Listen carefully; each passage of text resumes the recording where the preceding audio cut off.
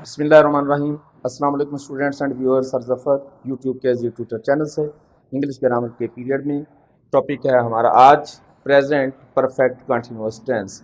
Students, सबसे पहले तो आपने ये देखना है कि कंटिन्यूअस टेंस में और परफेक्ट कंटिन्यूअस टेंस में क्या फ़र्क है। अलामतें भी तकरीबन मिलती जुलती हैं। कंटिन्यूअस टेंस में हमने अलामत आपको बताई थी, रहा है, रही है, रहे हैं। यहाँ भी यही अलामत है, रहा है, रही है, रहे हैं। तो उसमें और उसमें फ़र्क क्या है, पहले तो हम अलामत का फ़र्क देख लें। जब आप सिंपल कंटिन्यूस की बात कर रहे होते हैं तो वहाँ लिखते हैं रहा है, रही है, रहे हैं, रहा हूँ, वगैरह वगैरह। लेकिन जब आप परफेक्ट कंटिन्यूस टेंस की बात कर रहे हैं तो वहाँ फिर रहा है, रही है, रहे हैं अकेला नहीं आएगा, इसके साथ कोई ना कोई टाइम का जिक्र भी ज़रूर होगा। वो 4 साल से हॉकी खेल रहा है, यहाँ अगर आप लफ्ज़ 4 साल से हटा दें तो जुमला बन जाएगा वो हॉकी खेल रहा है। ये सादा कंटिन्यूअस है। लेकिन अगर लफ्ज़ आ जाता है कोई टाइम का, वो 4 साल से हॉकी खेल रहा है, तो ये परफेक्ट कंटिन्यूअस का टेंस है।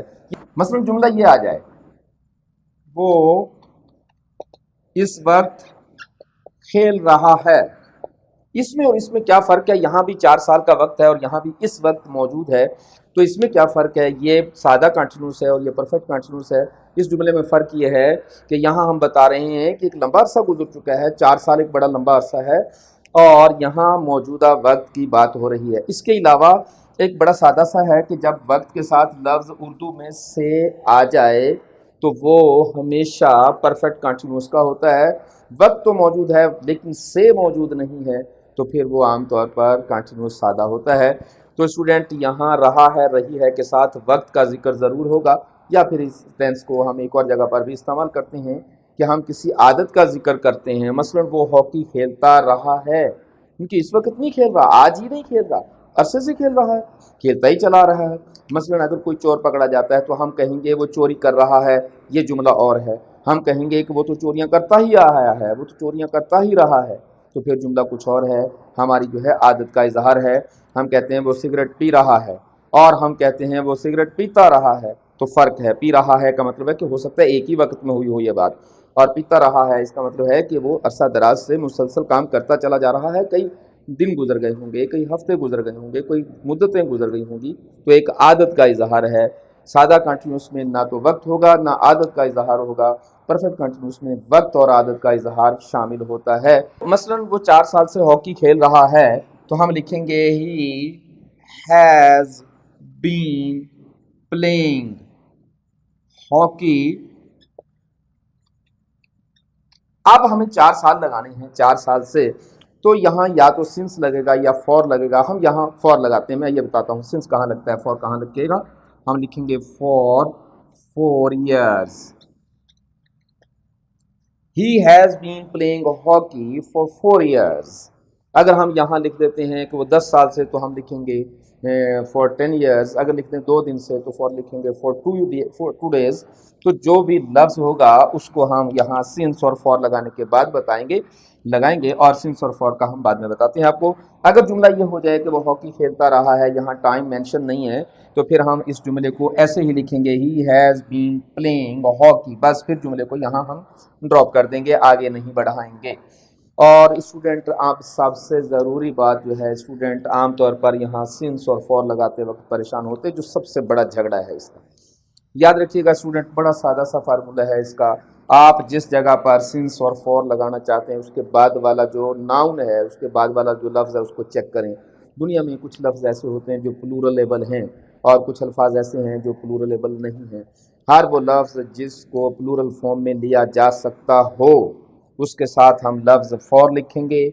जिसको प्लूरल फॉर्म में ना लिया जा सकता हो, उसके साथ हम सिंस लिखेंगे। मिसाल के तौर पर हम लिखते हैं he has been playing hockey for 2 days। तो डे की चूँकि जमा होती है, डे की जमा होती है, इसलिए हम यहाँ फॉर लगाएंगे। अगरचे डे एक ही हो, अगर जुमला हो he has been playing hockey for 1 day, तो फिर भी फॉर ही आएगा। फॉर 2 days फिर भी फॉर आएगा। फॉर 3 days फिर भी। For 2 months, for 2 years, for 2 weeks। ये जो मंथ हैं, ईयर्स हैं, वीक्स हैं, डेज़ हैं, ये प्लूरलेबल अल्फाज हैं, इनकी जमा बनती है, लिहाजा हम लफ्ज़ फॉर लगाएंगे। अगर कोई ऐसा लफ्ज़ वक्त का आ जाए जिसके साथ जमा बनाना मुमकिन ना हो, तो फिर हम सिंस लगाते हैं। मिसाल के तौर पर हम कहते हैं I have been living in this house since 2009. تو اب اگر آپ یہ دیکھیں کہ 2009 کا جو میں نے لفظ لگایا ہے اس کی جمع نہیں بن سکتی. 2009 کی کیا جمع ہوگی؟ 2009 کی کیا جمع ہوگی؟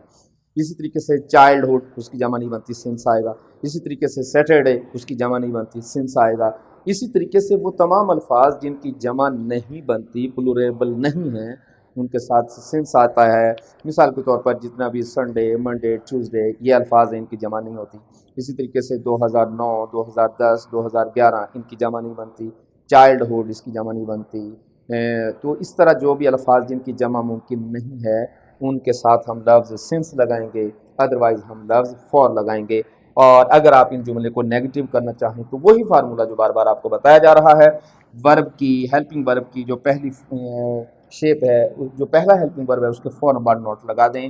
جملہ بن جائے گا he has not been playing hockey for 4 years.